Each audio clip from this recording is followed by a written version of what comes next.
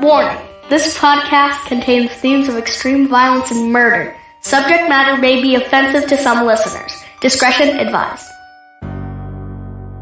Good evening, everybody. We do want to begin with breaking news here. The first execution in the state of Tennessee since 2009 held tonight in Nashville. William Ray Irick was executed tonight after sitting on death row for more than 30 years. The death sentence of William Ray Irick was carried out by means of lethal injection on August 9th, 2018, in accordance with the laws of the state of Tennessee. The sentence was carried out at the Riverbend Maximum Security Institution here in Nashville. He was pronounced dead at 7:48 p.m.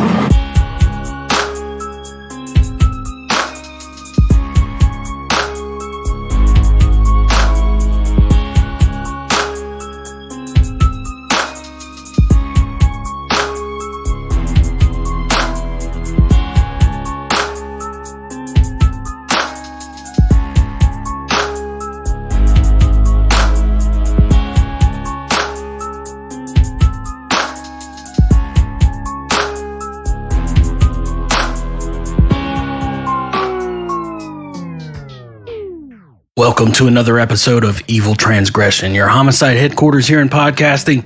I'm Josh, and with me as always, Dustin and Rex. What's going on? Hey, what's up? Football season is right around the corner. True. Buckeyes. They start on a Thursday. I know, Minnesota. Stupid. How do you feel about that? I feel like PJ Fleck's going to be mad because we're going to beat that ass. Oof. Yeah. You got some football to watch today. Got some fantasy football action going on, too. Yeah. I'm going to win the league again. No, you're not. Yes. You won last year? I did. He cheated. No, I won with a team that was 7-6 in the regular season. Wow. He Squeaked cheated. into the playoffs and won it all. Nice. Yeah. But I am the commissioner, so. And he cheated. But that's done to be discussed another day. We do need to give a warning that today's episode does include violence against the child. So if you want to skip this week, that's cool with Dustin, and we will see you back next week. Right. Like I said, that's cool with Dustin. Yeah. Because you wrote it, right? Skip. I don't. Yeah, but I don't want anyone to ever skip our episodes. Right. Well, I do if you're going to be, Distraught. Yeah. Just turn the volume Not down. everybody can, stand things that you can or Rex can. Just turn the volume down.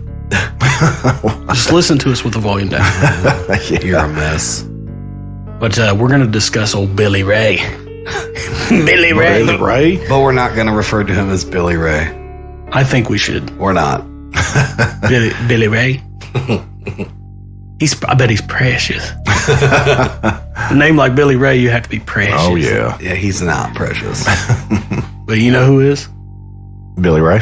Dustin. Oh, yeah, Dustin. Dustin's precious. Him's so precious. He's so precious. Look at him eating them paint gypsy precious. Whatever. Dustin's got his underwear on his head again. He's precious. Okay. But other than that, how's everybody doing? Great. Just fantastic. I love how you can take it in stride. I love it. Hey, they did finally start back up on the basement, which is good. Good. Yeah, That is good news. It's only a month behind right now, but yep, they started mudding, and then they got to sand it all down. Then they're going to start the paint, and so I give it another 3 or 4 weeks. Another 3 or 4 months. Well, hopefully not.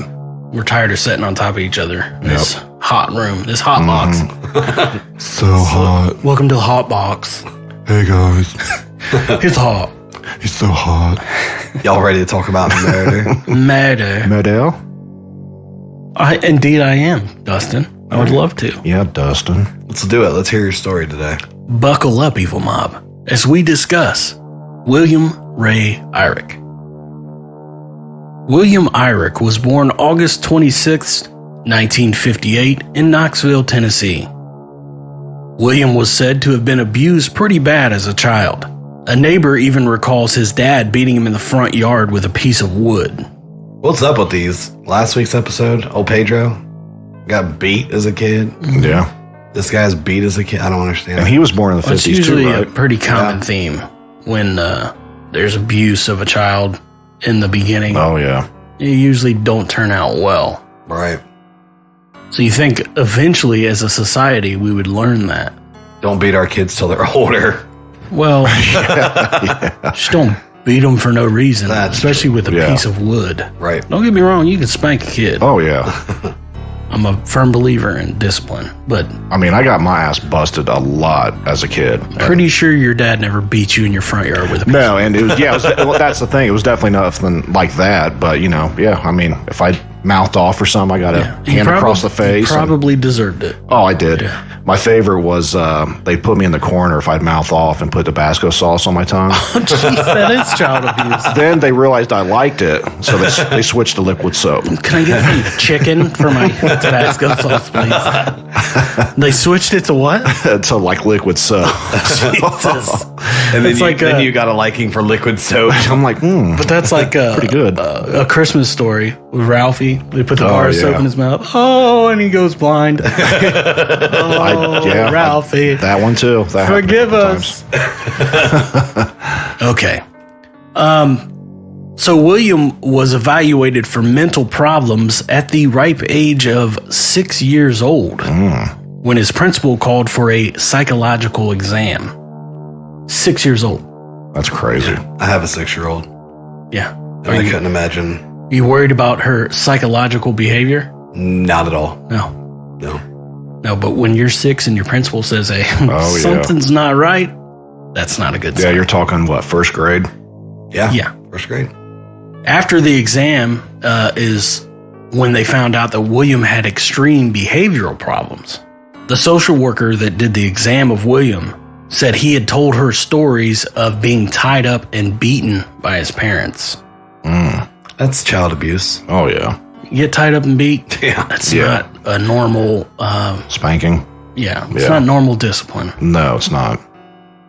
The social worker also claimed William may have been suffering from, quote, mild organic brain damage.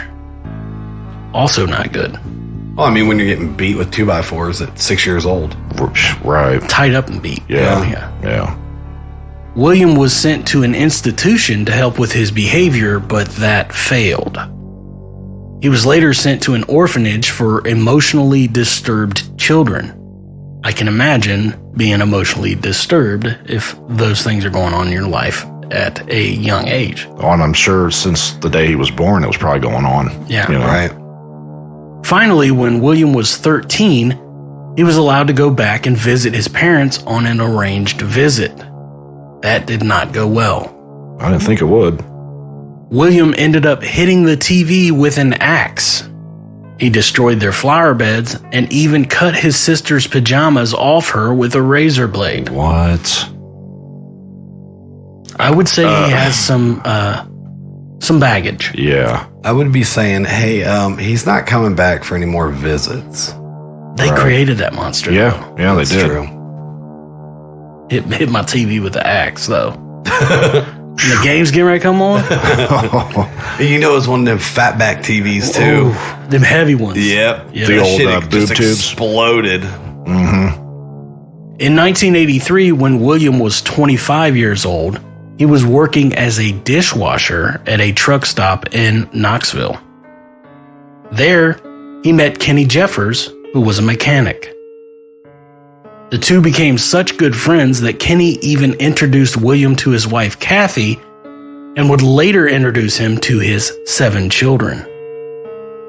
7 kids. That's a lot. He's a mechanic. He knows how to work it. That's true. He's good with his tools. You got Go with the monkey wrench. 4 kids. Yeah. Could you imagine 3 more? No. But that was I can't normal back imagine then. one more. Could you imagine your Texas Roadhouse bill with 3 more kids? It's already $200. No, it's $100 every time we go out. But again, back then that was normal. I mean, it was nothing to have 6, 8, 10 freaking kids. I don't know how they afforded that shit. I because really don't. stuff wasn't inflated the way it is now. Bro, it's 83 though. Oh, that was in 83? Yeah. But that still wasn't as bad as trying to raise that many kids now, you know? Yeah. Well, now we allow YouTube and TikTok and Facebook to raise our kids. True. That's True. why In the 90s, it was Barney. That's why our society. That's why our society's messed up. Yep. In 1984, a year later, Kenny and Kathy allowed William to move into their home. They clearly do not know his backstory. No. While there, William would help with the two with babysitting. I'm sure it's almost impossible to find someone willing to babysit 7 kids, but I don't know if William would be on my list. Right. No. And especially not some dude that you don't really know. Oh, I know. Well, you moved him in. I mean, he lives there. Right, but I don't know. That's why they moved him in, probably. Like, hey, To be the babysitter. you don't watch these kids. We're going to Applebee's. Well, here's something I can guarantee 1,000,000%. Guarantee? If I meet somebody a year, 2 years from now, and we're best of friends, you're never moving into my house. Yeah. Ever. I try to get people moving out of my Right. house. Right. Doesn't work, but...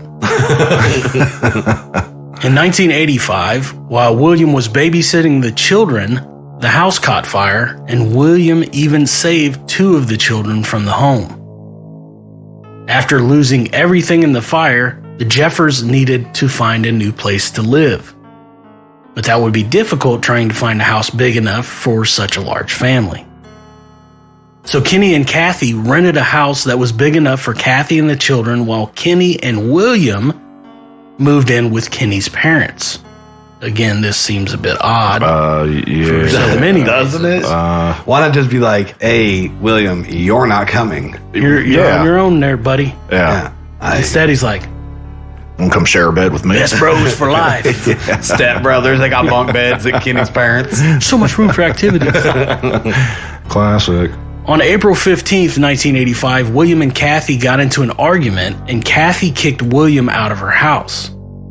Later that night, the Jeffers' new babysitter called off and they had no one. Kenny went and picked up William and dropped him off at the house his wife and children were staying at so he could babysit for them. Now, Kathy was not happy about William being the babysitter for not just the fact that they had gotten into an argument earlier that day, but when he showed up, he smelled like alcohol. Oh, that's not good. I don't know if I'd want to leave my kids with, for one, somebody I don't really know all that well, plus somebody that's been drinking. Right. But she and Kenny had to work, so they didn't really have a choice here. When Kenny dropped William off, all the children were asleep. At around midnight on April 16th, Kenny received a phone call from William saying that he needed to get home fast because he couldn't wake up the Jeffers' 7-year-old daughter, Paula. Kenny rushed home to find William standing in the doorway of the home. Once inside, Kenny ran to the living room where he found Paula covered in blood. Kenny noticed Paula still had a pulse and wrapped her in a blanket and took her to the nearest children's hospital. Once at the hospital, Dr. Jim Kimball tried everything he could for 45 minutes to save her, but his attempts were unsuccessful. Hi, we're Eliza, Allison, and Carlin, and we're the hosts of Resolved Mysteries podcast. Our podcast follows the 80s and 90s television show Unsolved Mysteries, hosted by Robert Stack. If you like true crime stuff, ghost stuff, alien stuff, this is your podcast. We do in-depth research on all of the segments that Unsolved Mysteries aired and give you the latest updates on every case. Resolved Mysteries podcast is available wherever you get your favorite pods. Join us, and perhaps you may be able to help Solve a mystery. Paula's body was sent to the coroner for an autopsy. The coroner states her cause of death was from asphyxiation and blunt force trauma to the head, which investigators believe was a result of William trying to knock her out. Paula was also sexually assaulted by William. Wow. Now that's brutal. It is. And so, where was the blood coming from? From the blunt force trauma to the head. Okay. But this is somebody that you brought into your home, that you have given a place to stay, Yeah. You opened your house up to him, opened your family up to him, and he does this to one of your kids, 7-year-old kid. Yeah. Right. It's almost like he was mad at the mom, Kathy. So it's kind of like taking it out on the kids. like a big F you. Mm-hmm. But it's brutal and uncalled for, man. Right. Yeah. I mean, I don't think you'd need the law. Because I'm going to kill you myself. Yeah, because, I mean, you find a jury that's going to convict you. Oh, they're out there. They're out there. I don't know if you could find a jury that could convict you. In the 90s, you could. I've been watching a lot of 90s crime stuff. Oh, yeah. Have you guys seen Cocaine Cowboys on Netflix? No, I'm going to have to look that up. Have you? No. It's about Sal Magluta and Willie Falcone, two of the biggest drug kingpins in Miami in the early 90s. They got busted with tons of cocaine. Like, these guys were the real deal. Like, we're running the cocaine industry in Miami. Get arrested, busted. And their trial was right after O.J. Simpson got off on his trial. And they had, like, damning evidence of these guys being in the drug trade. And their witnesses that the state was calling for the prosecution and stuff ended up getting killed and dying off and tragic accidents and shootings. And, like, they started wiping out all these people that were going to testify against them. Yeah, they got off. Yeah, the first trial, they got off. The jury on 12 counts, all 12 counts, not guilty. So the 90s was different, right? I mean, for finding a jury. You think they were getting paid? I'm sure there was somebody in the jury. I haven't finished the series yet. Oh, okay. But they say there's somebody in the jury that was working with them. So yeah, that's what I'm thinking. But I mean, they had money out the butthole. So jealous. Me too. So do I think? Yeah. I don't know. It'd be a tough case. Like, it's tough to convict somebody for avenging their daughter's death. Right. Yeah. If I was on the jury, I'd be like, you did nothing wrong. Yeah. Beyond a reasonable doubt. I found a reasonable doubt. Yeah. So after the findings of the autopsy were released, the police put out a bolo for William Irick. So he's on the run. Hours later, William was spotted under a bridge on I-275. That same day, William confessed to killing Paula, not only verbally, but also in writing. Wow. They got the double whammy. Yeah. The double whammy confession. On October 26th, 1986, William went on trial for killing Paula. By November 1st, he was found guilty by a Knox County jury. William's defense attorneys tried everything they could. They even brought up his childhood and his past abuse.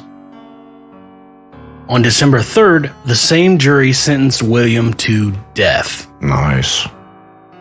And what does William do after finding out he will be sentenced to death? He smiled and shrugged his shoulders. Oh. Yeah, it's like a slap in the face. Yeah. He should have been taken and executed immediately. Oh, yeah, for sure. 100%. You see that happen a lot, where these people will be in court and smirking, smiling, making comments to the family members.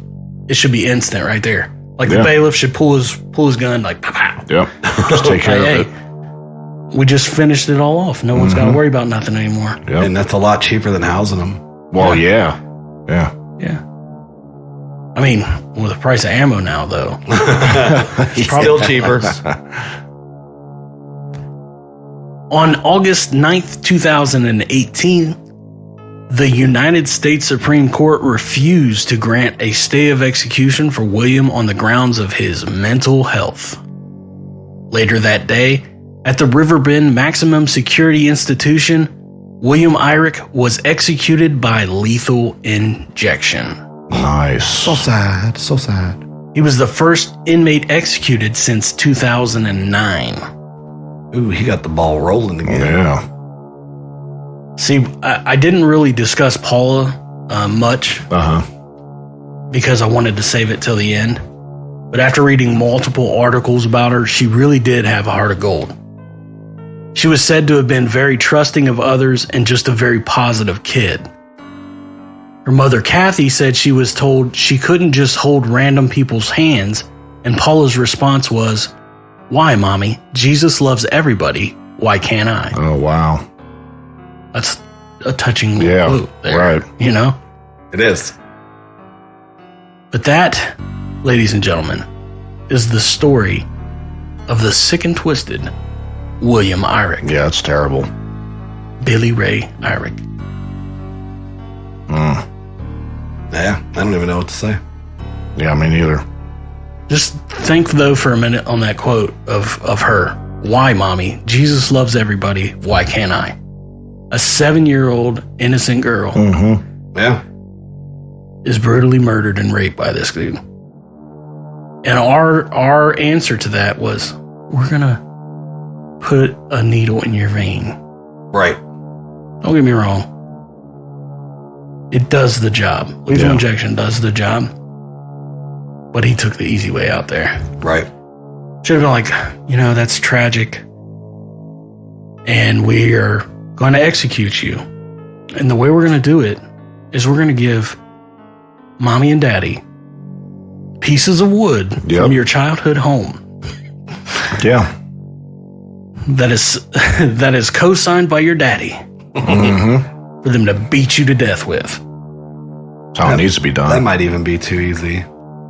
Maybe. Well, we're going to let them beat you until you're almost dead.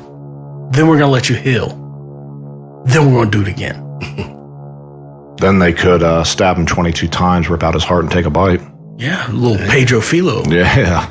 That's who they should have hired to take care of him. I know. They should have just locked him up with Pedro Yes. Yeah. Yes. Filo. Yeah.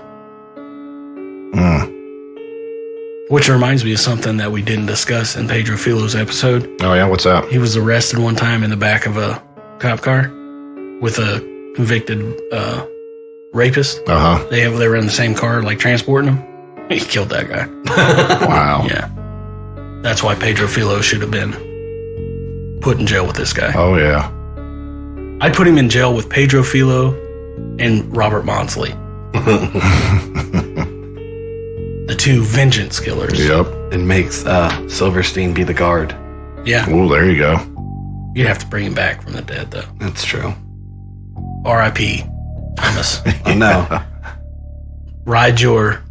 Somewhere he's riding his hang glider, his homemade hang glider in the skies. Yep.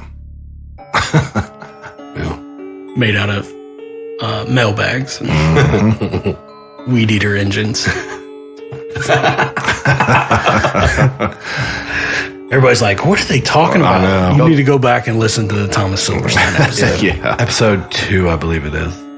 Our first couple episodes are rough, man. Oh, they are. Yeah. They're so bad. I went and listened to them. I'm like, man, there's no wonder that we're not growing. Hey, people are like, they listen to our last episode and go, oh man, these guys are decent. Let me go back and listen to them.